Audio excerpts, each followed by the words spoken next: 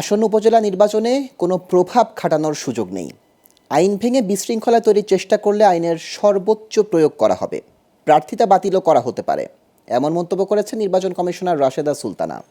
সকালে রাজশাহী শিল্পকলা একাডেমিতে উপজেলা নির্বাচনে প্রতিদ্বন্দ্বী প্রার্থী ও নির্বাচন কর্মকর্তাদের নিয়ে আয়োজিত মতবিনিময় সভায় প্রধান অতিথির বক্তব্যে তিনি এসব বলেন। রাশেদা সুলতানা আরও বলেন, উপজেলা নির্বাচন হবে প্রভাব মুক্ত। প্রভাবশালীরা এই নির্বাচনে প্রভাব খাটালে কমিশন প্রয়োজনে তাদের বিরুদ্ধেও বিধিবিধান অনুযায়ী ব্যবস্থা নেবে। এ সময় বিভাগীয় কমিশনার ডক্টর দেওয়ান মোহাম্মদ হুমায়ুন কবির সহ নির্বাচন সংশ্লিষ্ট কর্মকর্তারা উপস্থিত ছিলেন। যদি কারোর ওই ধরনের থেকে থাকে যে ওনাদের কি বলবো আশীর্বাদ পুষ্ট হয়ে আপনি মাঠে কাজ করবেন, দয়া করে সেখান থেকে সরে আসেন। কারণ আপনি যদি কারোর আশীর্বাদ পুষ্ট হয়ে তাদের সুবিধা নিতে চান, এটা কিন্তু প্রকাশিত হয়ে যায় যে আপনি কার দৌড়ে কার শক্তিতে শক্তিয়ান হয়ে এটা আপনি করছেন, এটা মানুষ বোঝে। কমিশনও সেটা বুঝতে পারে, প্রমাণ হয়।